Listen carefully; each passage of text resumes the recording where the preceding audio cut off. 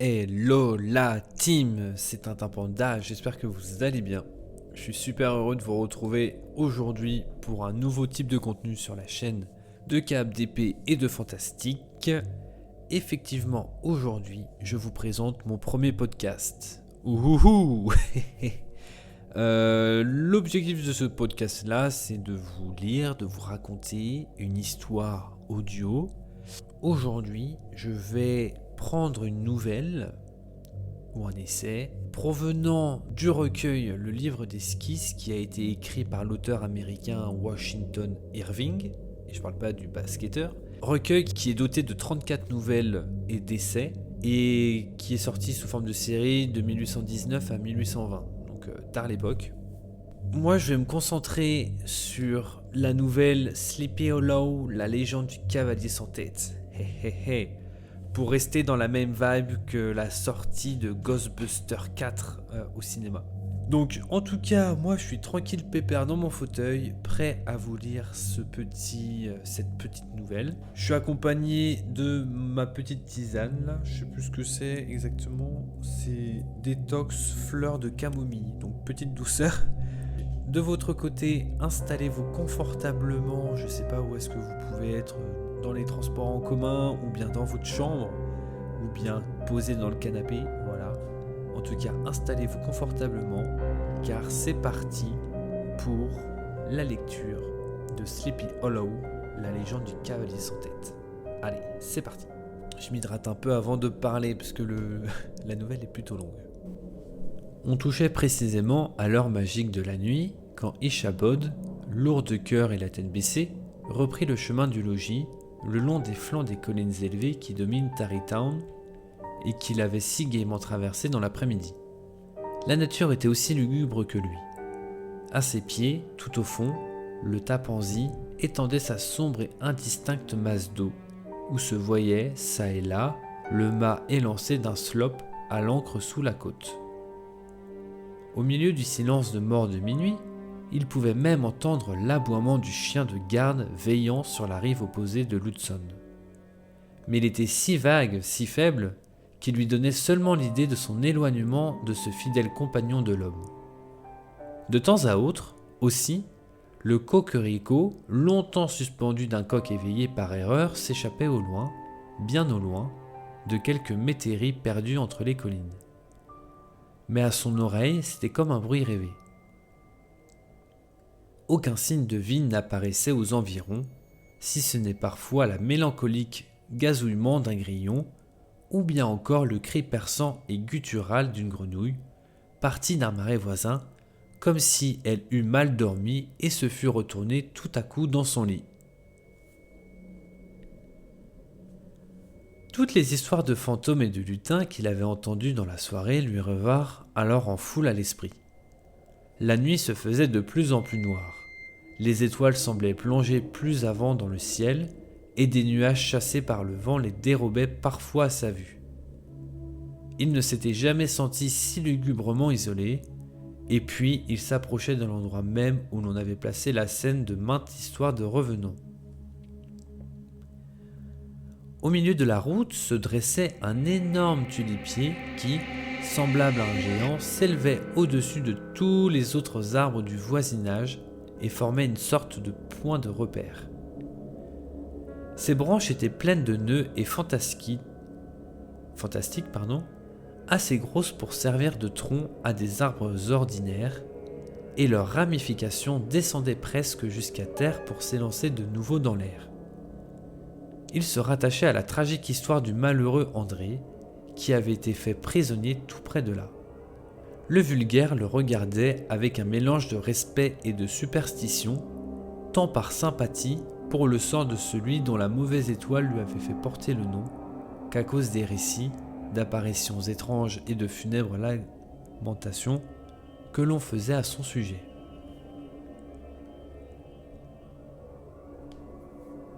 Comme Ichabod apportait de ces arbres sinistres, il se mit à siffler. Il s'imagina qu'on répondait à son sifflement. Ce n'était qu'une rafale qui passait furieuse, balayant les branches sèches. Quand il fut un peu plus près, il crut voir quelque chose de blanc se balancer au milieu de l'arbre. il fit une pause et cessa de siffler. Mais en regardant plus attentivement, il découvrit que c'était un endroit où l'arbre avait été touché par la foudre et où la partie blanche du bois restait à découvert. Tout à coup, il entendit un gémissement. Ses dents claquèrent et ses genoux choquèrent contre la selle. Ce n'était que le frottement d'une grosse branche contre une autre, tourmentées qu'elles étaient par le vent. Il dépassa l'arbre sans encombre, mais de nouveaux périls l'attendaient. À 200 yards de l'arbre environ, un petit ruisseau traversait la route et plongeait dans un vallon marécageux, à l'épais ombrage, connu sous le nom de marais de Willey. Quelques blocs informes placés côte à côte servaient de pont pour franchir ce courant. Du côté de la route où le ruisseau entrait dans le bois, un massif de chênes et de châtaigniers, entrelacé d'un épais tissu de cèpes de vignes sauvages, y répandait une caverneuse obscurité. Passer ce pont constituait la plus rude épreuve. C'était précisément à cette place que le malheureux André avait été arrêté. C'était sous le couvert de ces châtaigniers et de ces cèpes de vigne qui étaient cachés les farouches soldats qui le surprirent. Ce courant a toujours depuis été considéré comme un endroit où il revenait, et ce sont des sentiments de terreur que ceux de l'écolier qui doit y passer seul une fois la nuit venue. Comme il approchait du ruisseau, son cœur commença à battre. Il fit appel, cependant, à toute sa résolution, donna à son cheval une demi-douzaine de coups de pied dans les côtes, et essaya de s'élancer bravement sur le pont. Mais au lieu de charger, le vieil animal pervers fit un mouvement latéral et courut obliquement sur la palissade. Ichabod, dont ce retard augmentait les craintes, tira les rênes de l'autre côté et lui allongea de vigoureux coups avec le pied contraire. Ce fut en vain. Son coursier partit, il est vrai, mais ce fut seulement pour plonger dans la partie opposée de la route, au milieu d'un hallier d'aunes et de broussailles. Le malheureux maître d'école y alla alors en même temps du fouet et des talons sur les côtes décharnées du vieux Gunpowder, qui bondit en avant, reniflant et soufflant, mais vint s'arrêter tout court juste auprès du pont, et si brusquement qu'il faillit envoyer son cavalier s'étendre tout de son long par-dessus sa tête. En ce moment même, un bruit de pas s'enfonçait dans la bourne du côté du pont, frappa l'oreille tendue d'Ichabod. Il vit quelque chose de colossal, d'informe, de noir et d'imposant, dans l'ombre épaisse du massif sur le bord du ruisseau. Cela ne bougeait pas, mais semblait ramassé dans l'obscurité comme un monstre gigantesque prêt à s'élancer sur le voyageur. Petite pause. Première fois que je lis la nouvelle, là, j'ai les frissons qui me montent. Vous pouvez pas savoir comment. Bon, je reprends un petit coup de tisane. Je sais pas, mais ça dessèche de lire autant. Hein. Allez, c'est parti pour la suite. Les cheveux du pédagogue épouvanté se dressèrent de terreur sur sa tête. Mais que faire ? Tourner bride et s'enfuir ? Il était maintenant trop tard. Et puis, quelle chance avait-il d'échapper à un fantôme ou à un lutin, si tel il était, qui pouvait chevaucher sur les ailes du vent ? Appelant donc à son aide un semblant de courage, il demanda d'une voix tremblante : « Qui êtes-vous » Il ne reçut aucune réponse. Il réitéra sa demande d'une voix encore plus agitée. Cette fois encore, il n'obtint pas de réponse. Une fois de plus, il laboura les flancs de l'inflexible Gunpowder et, fermant les yeux, entonna un air de psaume avec une ferveur involontaire. Au même instant, l'objet indécis de ses alarmes se mit en mouvement et d'un effort, d'un bond, se planta tout à coup au milieu de la route. Bien que la nuit fût noire et lugubre, cependant on pouvait maintenant jusqu'à un certain point discerner la forme de l'inconnu. Il se trouva que c'était un cavalier de large carrure, monté sur un cheval noir à vigoureuse charpente. Il ne donnait aucun signe d'hostilité ni de sympathie, mais se tenait à l'écart sur le bord de la route et se mouvait lentement sous l'œil éteint du vieux Gunpowder, qui avait enfin surmonté sa frayeur et son obstination. Ishabod, qui se sentait aussi goût pour cet étrange compagnon de minuit et se souvenait de l'aventure de Brom Bones avec le Essois galopant, stimula son coursier dans l'espoir qu'il le laisserait derrière lui. Mais l'étranger fit prendre la même allure à son cheval. Ishabod ramena le sien et ne marcha plus qu'au pas, croyant bien qu'il serait dépassé. L'autre fit de même. Alors, le cœur commença à lui manquer. Il s'efforça de reprendre son air de psaume, mais sa langue desséchée s'attacha au palais et il ne put seulement achever une portée. Il y avait quelque chose de mystérieux et de glaçant dans le silence bizarre et chagrin de cet obstiné compagnon. Ce silence eut bientôt son effrayante explication. En gravissant un monticule qui faisait se détacher vigoureusement sur le ciel la forme de son compagnon de route, d'une taille gigantesque, et enveloppé dans un manteau, Ishabod fut saisi d'horreur en découvrant qu'il n'avait pas de tête. Mais son horreur s'accrut encore davantage en observant que cette tête, qui aurait dû reposer sur ses épaules, il la portait devant lui sur le pommeau de la selle. Alors, sa terreur devint du désespoir. Il fit pleuvoir une grêle de coups de pied et de horions sur Gunpowder, espérant, par un mouvement soudain, échapper à son compagnon. Mais le spectre partit du même élan que lui.